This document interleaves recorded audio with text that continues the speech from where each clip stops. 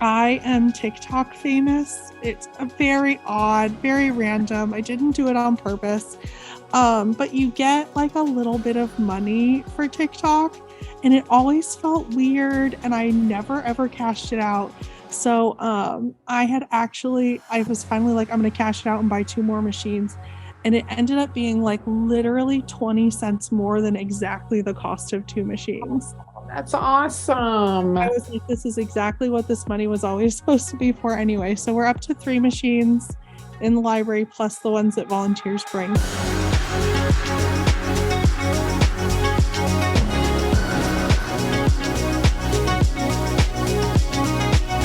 Hello, friends, and welcome to Season 6 of the Future Ready Librarian podcast series, Leading from the Library. This is a podcast for all librarians wherever you are in your journey.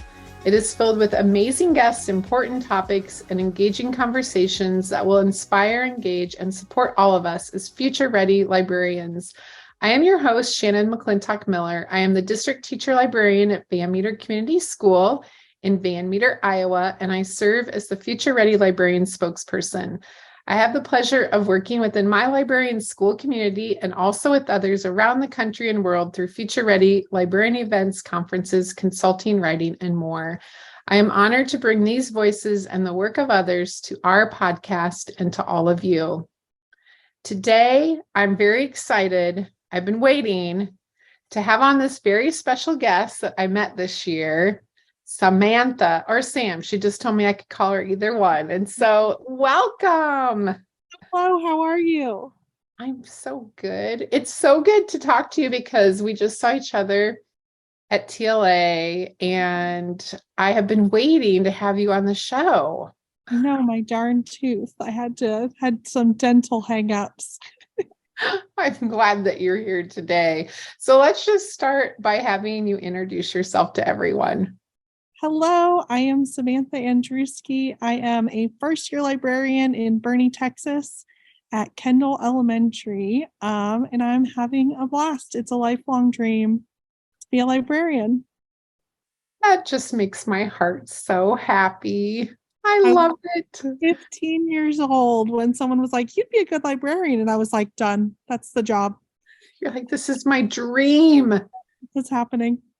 So Well, I love your story. I love all your stories. I love everything that you do. But when I first met Sam this year, one thing that really stood out to me, and we'll have her share her Instagram too in a little bit, so you can see all of this fun stuff that she's doing. But I find it so much fun because you're bringing kids into your library through a quilting club. And this is something that is new. I love to quilt, and I come from a family of quilters. I love quilts myself, and so probably drawn to that. But I love it when librarians find something that they're really passionate about and something that they can share with their kids. And that is what is so cool about what you've done, Sam. yes, so I am an avid quilter, and it's like such an important part of my personality. And I always wanted to share it with kids. I taught first grade before this, so I did teach them some like basic sewing. We did like plastic canvas, but I always wanted to go bigger. I wanted there to be sewing machines, and I wanted the kids to make a quilt and all of this. So once I was finally a librarian, it was like in my job interview. They're like, "Is anything else you want to tell us?" I was like, "I want to start a quilting club. Like, if I take this job, must be quilting club." I think it's so cool. So just tell us like what that means. Like tell us what that means in your library. So it's such a fun day. We meet on Wednesdays. I have 15 fifth graders. Three of them are boys, which was a surprise to me, but they are amazing, wonderful members of our quilting club. I have a mom and two grandmas come and bring extra machines to volunteer to help. And I was going to say 10 kids, but when they signed on to come every week, I was like, okay, we can go up to 15. So they bring extra machines, and we've just done little projects throughout. They made a little 4-patch pillow, or not even pillow, little 4-patch doll quilt was their first thing they sewed together on the machines. And then we made kind of an ugly sawtooth star that most of them turned into pillows. They were just ugly because I didn't use fabrics that matched. All of my fabric was donated by friends from like my personal like adult quilting guild.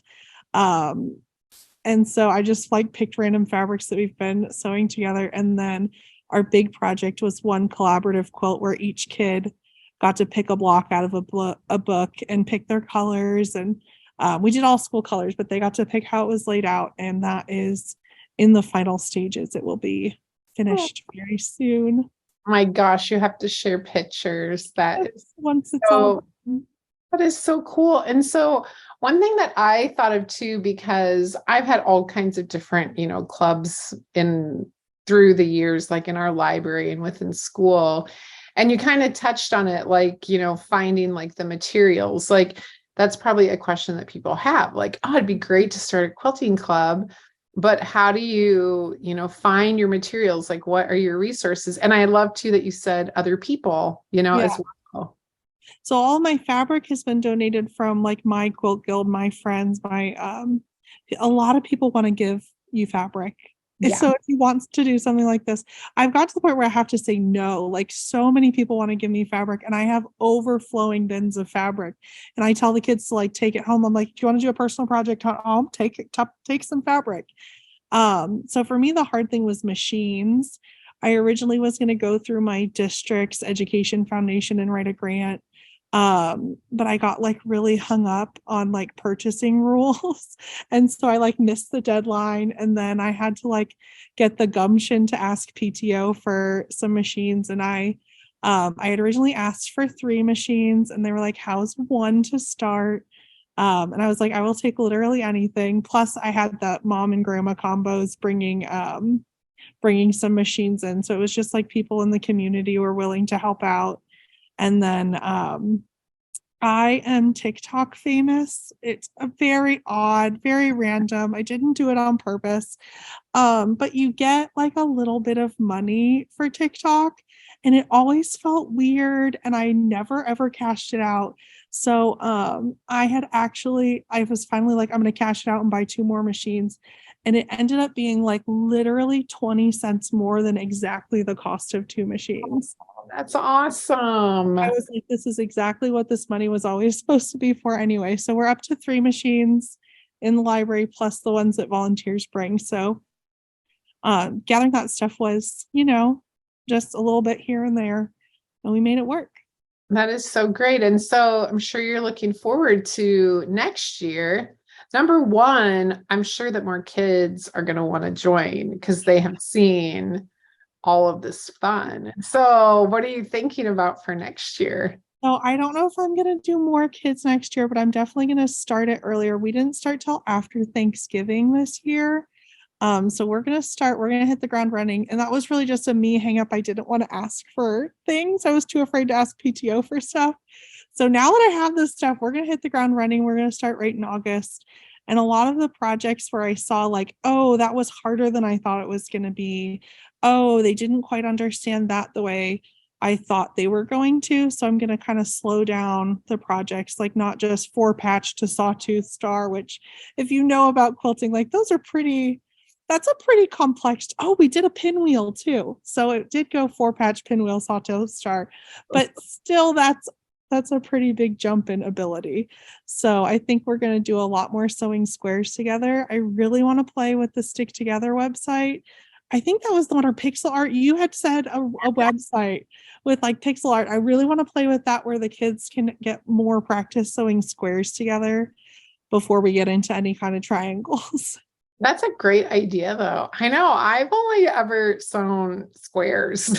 So I need to come and have some lessons. Yes, come on down. We'll make some sawtooth stars for you. Oh my God. I just felt like really ambitious. I have a very good friend who, she's doing one-on-one with her son, who's like a 6th grader. And I see all the really cool things he's doing. And I'm like, oh, surely we can do that in an hour a week with a 15:3 ratio. So I think I had to kind of bring myself down to earth on our expectations for what we can accomplish. But Oh, one thing I thought of too, are you going to display the collaborative quilt then that you've? absolutely, it's going to hang in the library forever. They're like, Oh, where in the library is it going to hang yet? I'm like, I don't know, guys. You have to finish sewing your names onto your block. I love it. Oh, that's so great. And I'm sure that throughout this time too, there's probably been a few little hurdles to start. And you mentioned, having machines and having the supplies you needed. But for those listening who maybe have some anticipation of things that maybe could be a hurdle, what advice do you have for them? Um, Most people love a librarian and will do anything for you.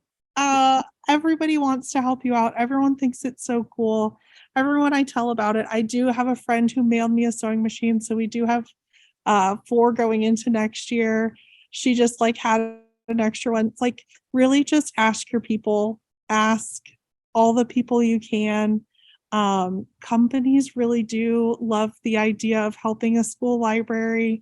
I had an existing relationship with AccuQuilt, which is a die cutting company, because rotary cutters are terrifying with children. I was not gonna Yeah. take that task on, so I just was like, "Hey, friends, I'm in the library now. I don't want to cut any fingers off. Can I have a cube for the kids to cut safer?" And they were like, "Yes, absolutely. Here's this, here's that, here's all these fun dies we've got sitting around no one's using." So I really just get over the fear of asking is what I had to do. Yeah, that's great advice for anything, right? When we're in the library. Right. Everybody really wants to help your library. You just Yeah. really have to ask. And I think I've had to just like put the shame aside. I'm like, nope, I really need these project bags and I really need someone to buy them for me. Well, and if you ask, like even like I think too, like so I live in Iowa, and maybe you've heard of them, but like Fawns and Porter is down in Winterset, super close to me. Like you could even ask for like guest speakers and things. Right.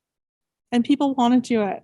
And I Yeah. think it's like your own, like went to the first people I asked for stuff was my own quilt guild, like my own quilting friends that I, see every Saturday, every one Saturday a month. But and they were just like heaping fabric at me. Like it was like, I'll give you all this fabric and the laundry basket if you take it all and get it out of my house. So My mom, if she knew this story, that's what she would be doing. She'd be sending you a lot of fabric. I know I'm like maxed out. I can't hold anymore right now. I need the kids to like take some home over the summer. Well, and it's been so sweet. I have like one little girl got a sewing machine for Christmas she begged for after starting quilting club. I have two like rough and tumble football twins that are so funny. After we made our first project, they're like, my grandma sews. I wonder if we can sew with grandma. And so it's Wednesday, we had quilt club. Monday, they come into my library in the morning with, they made more of these 4-patch little mini quilts with their grandma at home. And I was like, this is the sweetest thing. You made this with your grandma. And they're like, yeah, and these are for you. I get to keep them forever. I How was just like about that? to cry. Yeah, like that is the neatest thing. Like they would have never been like, Grandma, teach me how to sew if they hadn't had this opportunity at school. And so now they have that like really special grandma memory. Cool, Sam. Well, and I think like the whole thing behind this too is the neat thing about your story is that here it is your first year. You have a new library. You have like that great age of the kids that you work with, but now you've hooked them into not only doing something with you like quilting or something that they're passionate about, but you're getting them to the library, and that's the best thing. Love it in the library. Oh, I love it. It's You're the so best. you're so cool, friend. I'm gonna come to Boerne and hang out with you soon. Anytime, it's the best. You can meet all my sweet kids. Come for quilt club. I want to. I love it. So if people want to check out where you're at, tell them how to find you on Twitter and of course TikTok and Instagram. So on Twitter, I'm Mrs. Andrz. My last name is a nightmare to spell, but it's very easy to say. It's Andrzejewski, but we have to knock it off for Twitter. So Mrs. _Andrz on Twitter. And that's where I post mostly library stuff, post about books, authors, things like that. And then if you're mostly interested in quilting related content, you'd find me on Instagram and TikTok as Sam Rhymes with Ham. I love it. You're so great. Thank you so much for joining me. Thank you for having me. I know, and I love now that people can follow you and be inspired by your story. And the neat thing is that, you did something that was new and special to kids, and now you have them in the library, my friend. And it can do anything that's your passion. It could be scrapbooking, it could be knitting, it could be crochet, anything you can do. It doesn't have to be quilting. I love it. I love it so much. Well, thank you so much for joining me today. And we're going to also attach Sam's information to the podcast, along with a certificate of professional development that you can download and fill out to use. As always, thank you to all of our listeners for joining us for this episode of the Future Ready Librarian podcast series, Leading from the Library. And a very special thank you to our sponsors, Follett. You make a difference in our library, schools, and within our lives and that of our students every day. We appreciate everything you do. I hope you can take what you learned in today's podcast and put it to use within your practice as a future-ready librarian. Until next time, friends, keep finding ways to lead within and from your library.